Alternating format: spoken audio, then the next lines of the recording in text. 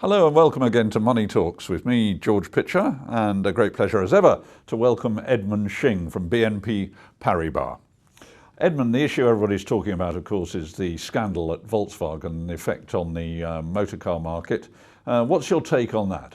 Well, my take, George, is quite simple. Firstly, Volkswagen as a share is uninvestable because we have no idea of the amount of fines they're going to have to pay, in addition to the cost of the recalls of the cars that they need to modify, and the damage to the brand. And I think that's actually potentially the worst of the lot. If you take the Audi and VW brands together, they're worth over $19 billion according to global brand monitors. $19 billion. $19 billion, but it's not going to be $19 billion after what they've done. No, sure. The worry I have is that Volkswagen are going to go and start to discount prices and offer zero-rate financing in order to lure people to buy Volkswagens in spite of the current scandal. But what if this spreads? Could it be something that really affects the industry in investment terms? I think it could be, because clearly emissions are going to be a big issue now, and there's a good chance that regulators will tighten up on emission standards. So that could hit all car makers, not just Volkswagen. That being said, as I said in the article this week, I still like BMW as an excellent brand and an excellent value play at these levels.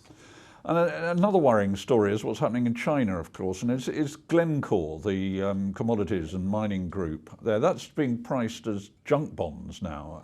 Is it all over for Glencore, and is that symptomatic of the of a forthcoming Chinese collapse?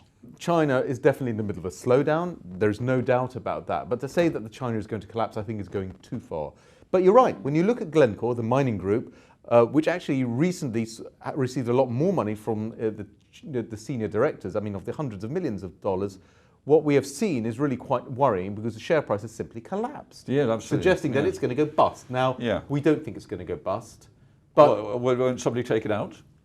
It's going to be very difficult because the leading shareholders are, in fact, the CEO and the company directors. Oh, I see. Yeah. So it's quite difficult to take it out. But really, we don't see it being quite as bad as the market thinks. Mm-hmm. Having said that, as a retail investor, you don't need to rush. You always want to play with the trend, and the trend at the moment is not very obviously upwards. Well, where in the world is a good stock market for investors to be looking at? Well, I like the Eurozone, bizarrely enough. I mean, okay, I live in the Eurozone, but I actually like Eurozone as a stock market. So we're thinking about France and Germany. You can group all of that together, and there are Eurozone ETFs that buy basically stocks in those countries. Now, the European Central Bank is going to lend a lot more support in terms of liquidity to the financial markets over the next 3 months. Yeah, right. So that's going to be a big boost. And of course, after what happened in August, as with most stock markets, the Eurozone stock market as well looks really a lot cheaper and offers a good dividend income as well. Right. So here we are at the beginning of the last quarter. The last quarter and run up to Christmas. What should investors be looking at in the Eurozone as a good nap? As I said, an ETF on Eurozone equities would be a good idea. iShares do a very good one.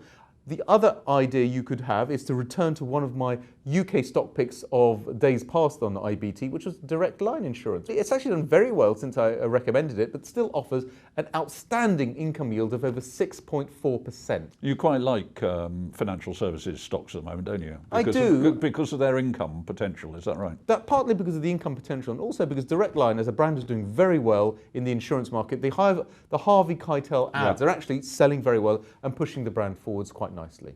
Very good. Thank you, Ed, as ever. So there we have it. Some worrying stories around the world. We'll keep an eye on China. We're keeping an eye on the motor industry.